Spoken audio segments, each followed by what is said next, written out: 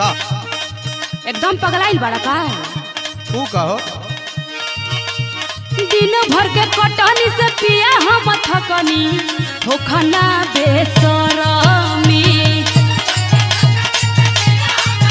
सुना तारा ना माने हम बेशरम हो गई नी।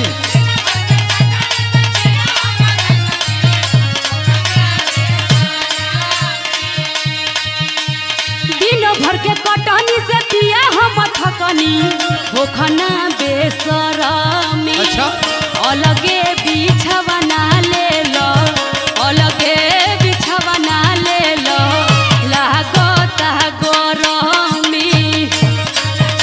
माने इतना गरम होता। अरे हाँ हो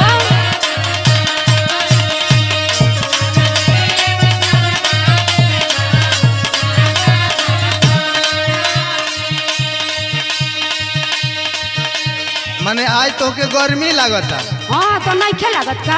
आ हमके बेशर्मी बनावत तारू। हाँ तो का कहीं बोला लेकिन हमार बात सुना। का कहत रह बोला। जब जवन मंगलू तब तवन पवलू धनिया हर बेरा प।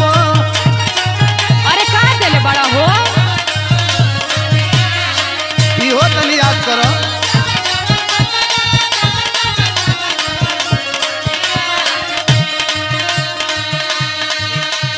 जब जवन मंगलू तब तवन पवलू धनिया हर बेरा प।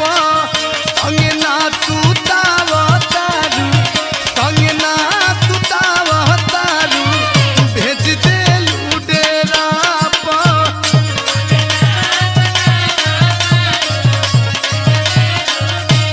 ढेर बने लगलू का। अरे हम नहीं की बनत हो।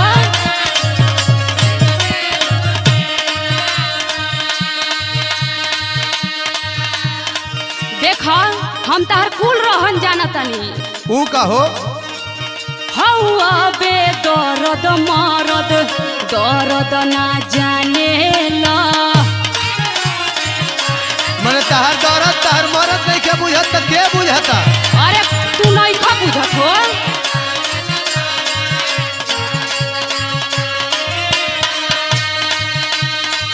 को देलत हट लइकन असठाने ला। माने हम हक खाना तनी की जौन हक बताउने कहत। का करत रह।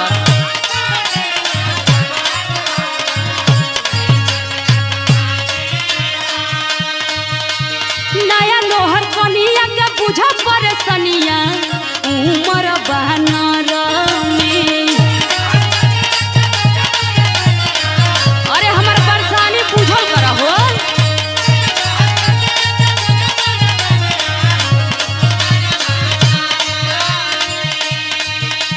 नया नोहर कनिया के बुझ परेशानिया उमर बहनर में। अच्छा। अलगा बिछवना ले लो अलगा बिछवना ले लो लागता गरमी।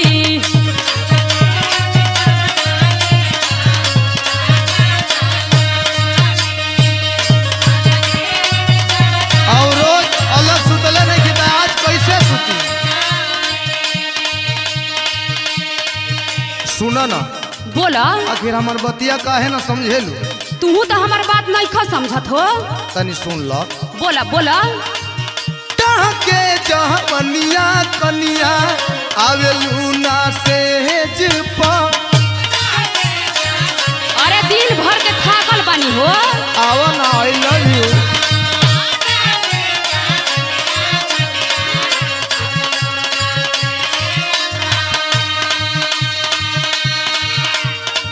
हो खाता पीरा कीरा लोटे करेज प। अच्छा तो हम का करी हो। जवन करबू तू ही न करबू।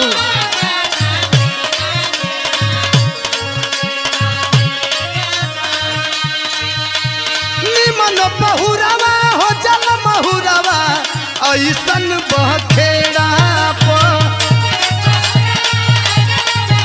एकदम माथा हमें खराब होता।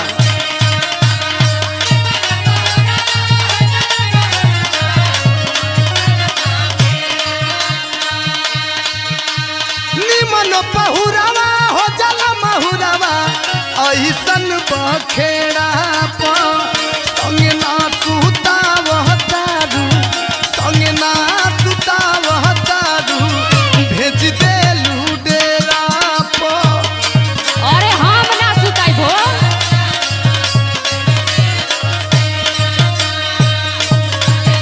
ना अइबू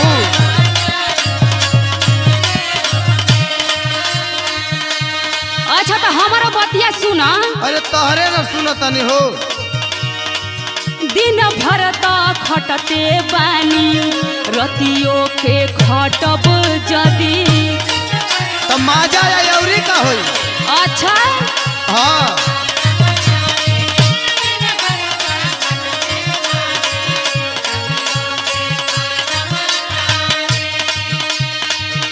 इहे रहनिया सैया कहियो त ब्रेकअप कदी अरे नहीं ऐसा काम मत करी हम अरे ऐसा ने करे के पड़ी हो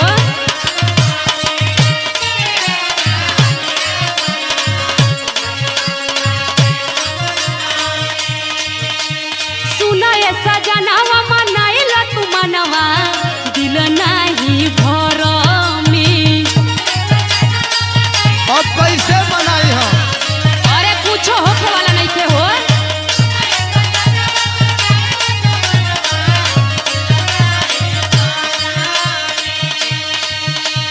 सुना ऐसा जनावा मनाइला तू मनवा दिल नहीं भर में अलगे बिछावा ना ले लो अलगे बिछावा ना ले लो लागत गरम में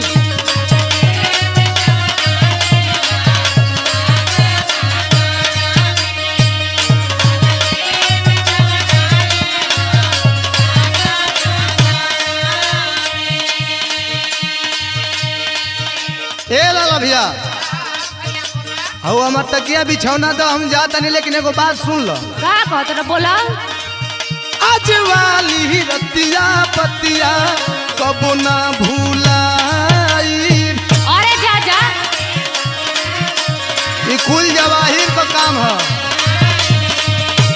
जवन बिंजुआ बजावे लो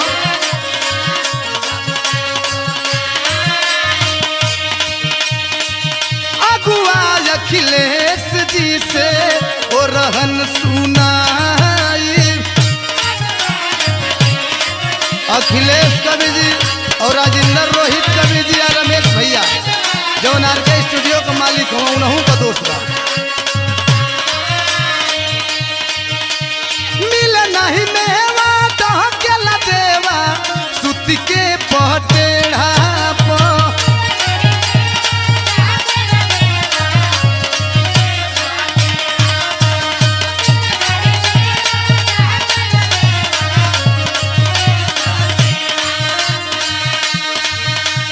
मिल नहीं मेवा दह के लदेवा सुत के पटेढ़ा प संगे ना सुतावह तारू संगे ना सुतावह तारू भेज देलू डेरा प